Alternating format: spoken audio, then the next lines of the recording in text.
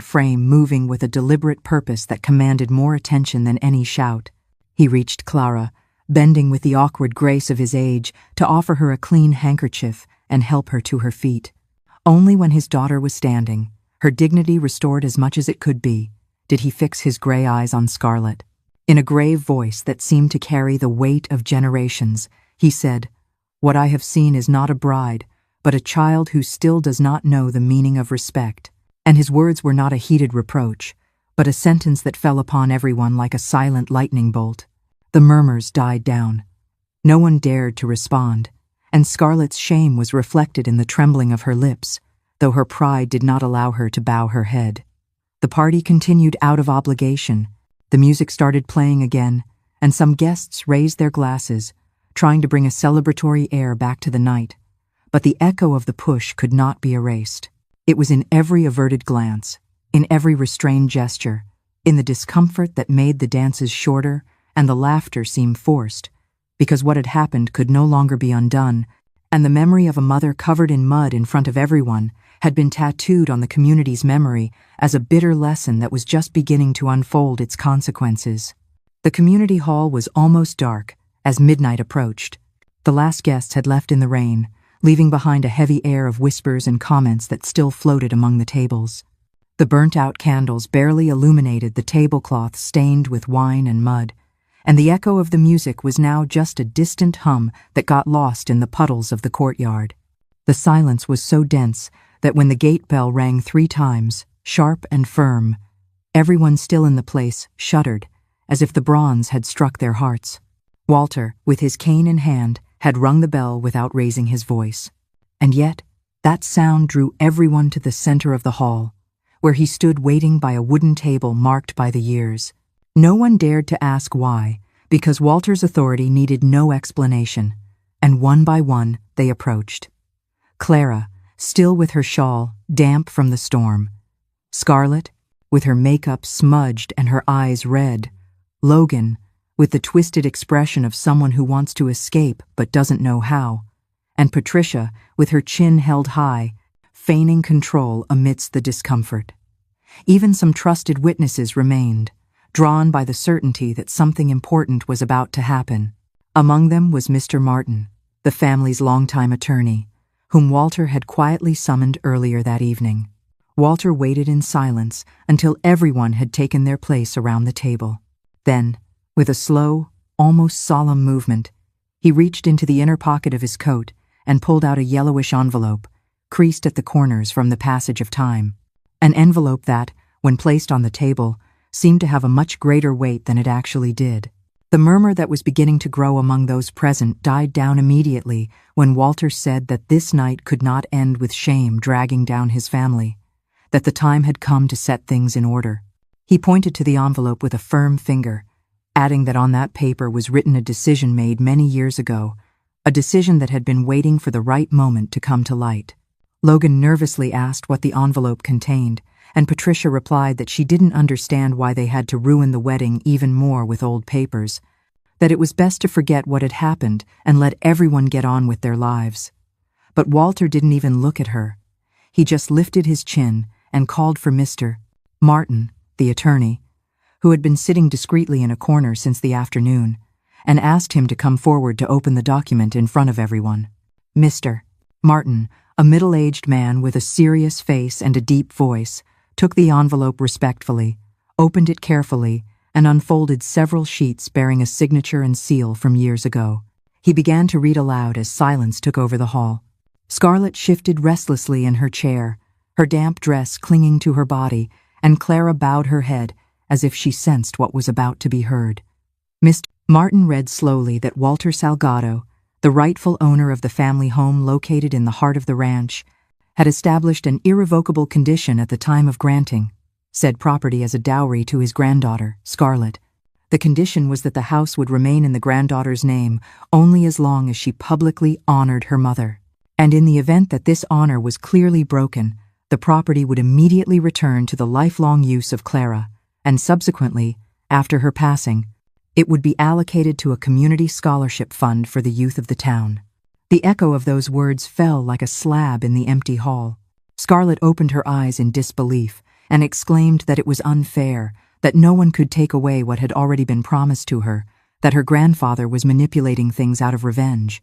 Logan tried to calm her down, whispering for her not to raise her voice anymore, but she pushed him away, saying she wouldn't stay silent. Patricia protested harshly, saying that these conditions were ridiculous and that her family would not allow such a humiliation. But Walter raised his cane and struck the floor firmly. The sound echoed off the bare walls, and everyone fell silent instantly. Then he said slowly that there was no trick or revenge, that what was happening tonight was a lesson, that respect cannot be bought with parties or dresses, and that one who humiliates their mother in public does not deserve a roof raised on the memory of their ancestors. Clara barely lifted her gaze, her eyes wet, her face marked by a mixture of pain and relief, because in her father's words, she felt acknowledged after being thrown into the mud in front of everyone. Mr.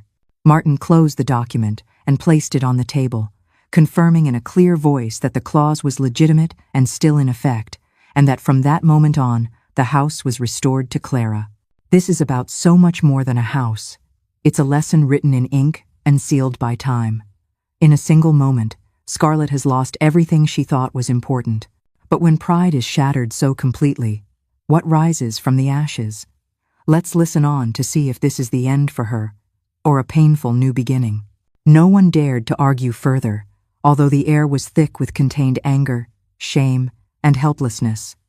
Because Walter's authority was indisputable, and his word weighed more than the storm raging outside.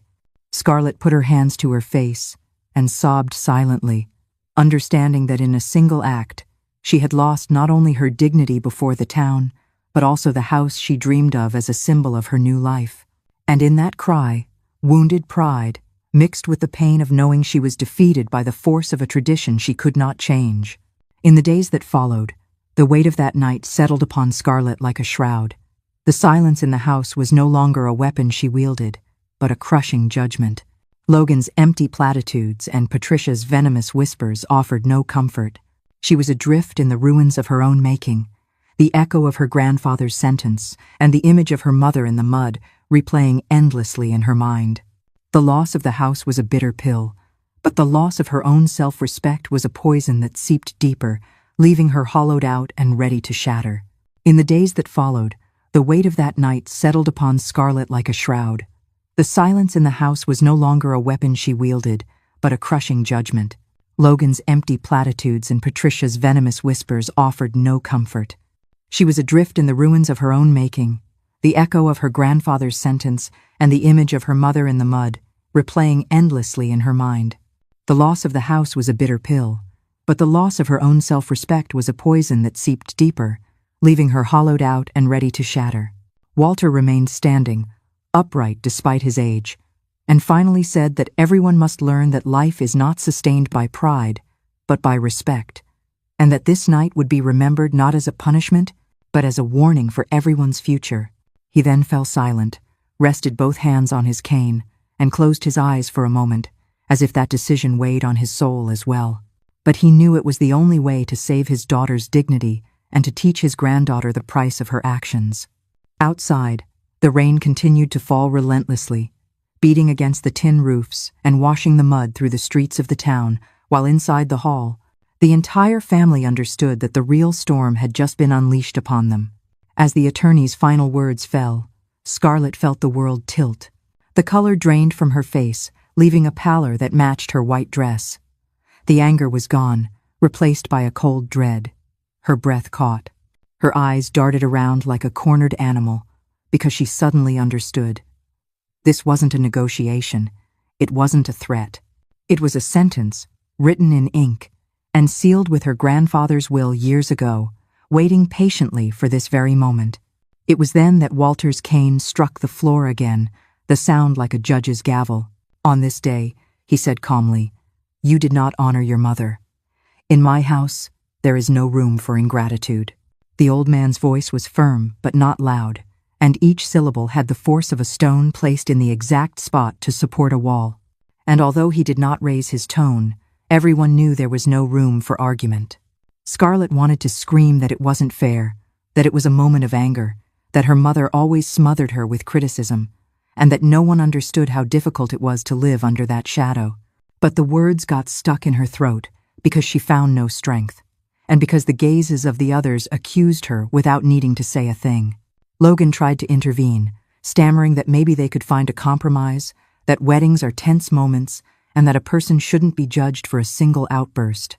But Walter interrupted him by raising a hand and said that a man who wants to be part of this family must first learn that respect for the elders is not negotiable, that one who does not know how to honor the blood that precedes them cannot build anything lasting. Patricia, who until then had maintained her haughty demeanor, exclaimed indignantly that this was a trap, that no one could base a family's fate on a paper signed decades ago, and that the Rockwells were not going to accept such a humiliation. But Mr. Martin held up the document and said that the clause was duly registered, that it was legal, and that there was nothing to contest its validity, and therefore, from that moment on, the house returned to the lifelong use of Clara. The attorney's words were like a stone slab falling on Scarlett's chest. She broke into choked sobs, saying her own grandfather was dispossessing her, that her mother had poisoned him against her, and that no one seemed to understand she just wanted to live her day without interference. Clara listened to everything in silence, her eyes full of tears, but not from joy or revenge, but from the sorrow of seeing her daughter lost in pride and arrogance. And yet, deep down, she felt a sad relief, a consolation that at least, for the first time, someone was restoring the dignity that had been ripped from her hours before in the mud. Walter rested both hands on his cane and said slowly that this was not about punishment or revenge, that what he was doing was reminding his granddaughter that life demands respect, and that one who humiliates their mother loses not just a house, but the right to call themselves an heir.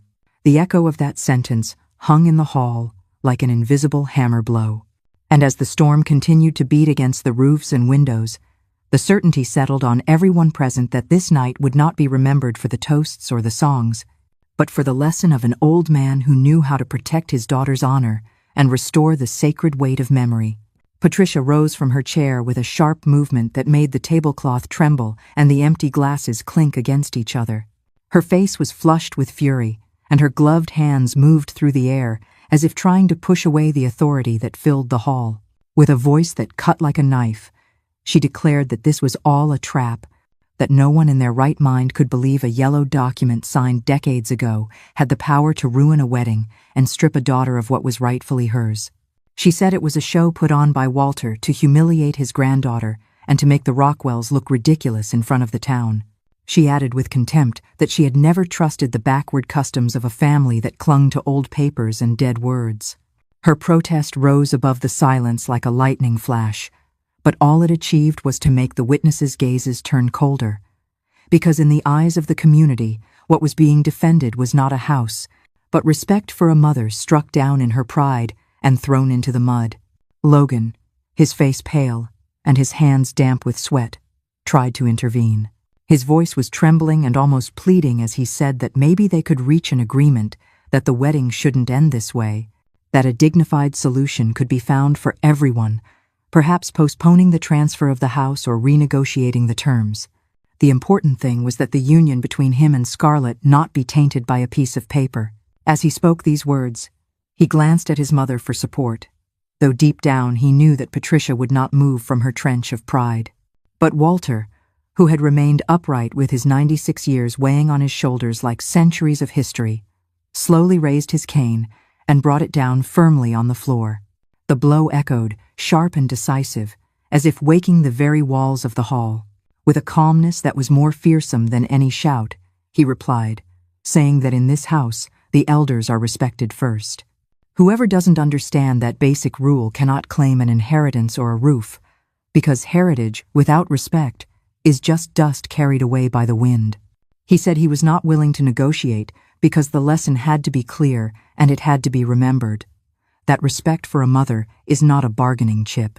His words, spoken in a deep, deliberate voice, seemed carved from ancient stone that no one could contradict. Scarlett, who had tried to maintain a mask of wounded pride, finally broke. Her face crumpled, and sobs racked her body, shaking the chair she sat in.